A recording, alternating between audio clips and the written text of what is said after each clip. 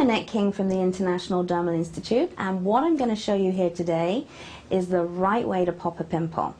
Now, we would never normally advise you to do this because you don't want to cause scarring on your skin. And if you're bringing blood to the surface of the skin, there's a much higher risk of scarring.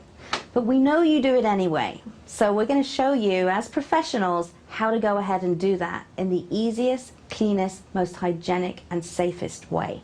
So let's get started and take a look at this pimple on the skin. First of all, what I'm going to do is gently clean over this actual breakout here on the forehead. You don't want to do this on skin that is dirty or has makeup on it. You really have to do this on clean skin. So I'm just using an antibacterial cleanser right now. It actually helps to kill bacteria, helps to reduce the inflammation. You could cleanse your entire face if you're at home, or just the actual spot area. But like I said, what you don't want to do is do this on skin that hasn't been cleaned first. So you've got to remove that surface dirt and oil and debris, sweat and makeup. So by gently cleansing over the area, I'm prepping the skin before I go in and extract that pimple. The next thing I'm going to do is just gently exfoliate over my pimple so I'm able to loosen up any dead skin cells and actually help to prepare that pimple before we go in and extract it.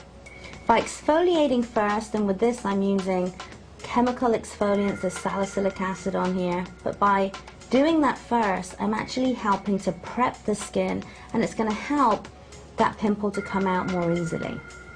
Now, you should not really remove or squeeze a pimple that's inflamed like this, but we know that we can't resist and we all want to go in and actually get rid of it. So there's a right way to do it and a wrong way to do it. The right way to do it is to cover your fingertips with little mitts if you possibly can. These are just like little finger mitts, because what you don't want to do is dig your nails into the area.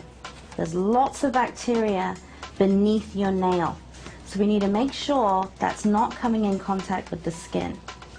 Now I'm creating little finger mitts with tissue or Kleenex over my index fingers, and that's protecting my fingers and protecting the skin really thoroughly. Now, if you're able to steam your skin at home, that's also a great advantage. So what I'm going to do now is come over the area and actually stretch the skin. Look at that, the pimple popped straight away from the fact that I'd already done that exfoliation. So there was very little that I needed to do to actually help the contents of that pimple to expel itself. I'm now just wiping onto that tissue area. I don't want to spread that around the skin, so I'm going to take another tissue and wrap that around my finger. And you can see the contents of that, which is basically dead cells and sebum and white blood cells, which we know as pus, that expel very easily onto the skin. I'm wiping away, and now what we need to do is to wipe with an antiseptic skin purifying wipe to remove any bacteria that might be on the surface. Taking that wipe, again covering my finger and putting all of those soothing ingredients and antiseptic ingredients over that actual pimple.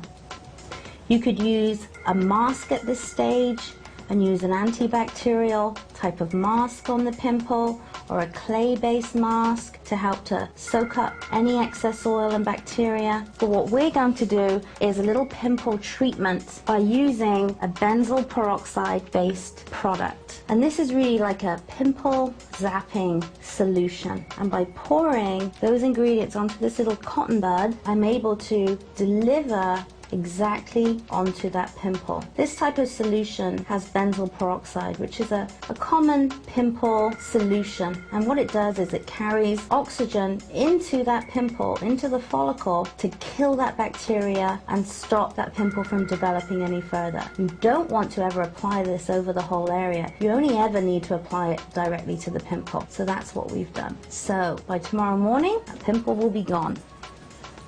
So we've successfully popped a pimple without causing too much damage to the skin, without causing any redness. We've created a very hygienic environment, and we soothed and treated that pimple after we've actually popped it. So you can happily go ahead now and pop your own pimples in your own home.